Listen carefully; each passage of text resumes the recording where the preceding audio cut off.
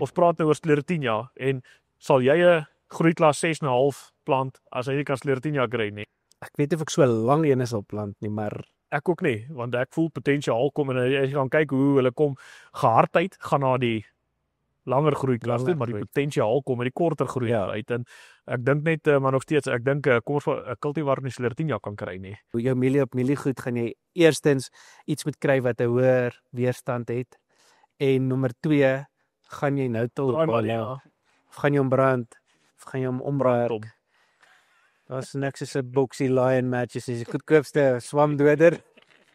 So, maar kom ons gesels bietjie oor die gif. Nou gaan dit oor 'n wye spektrum. Ja, hoe het die ander ou gesê, hoe gaan daai ding van wat nie al die skelms is in die hoe loop daai ding maar nie al die skelms.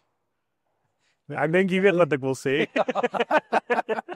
Ek dink die opsies is by gif kom, dink ek is wyd, want daar's die real deal, daar's generies, ons het generiese real deals, ons het real deal generies en ek sal vir 'n swamdoder, is vir my moeilik om dit in 'n drone te gooi. Ek weet die ouens wat drones het gaan nou sê, kak man.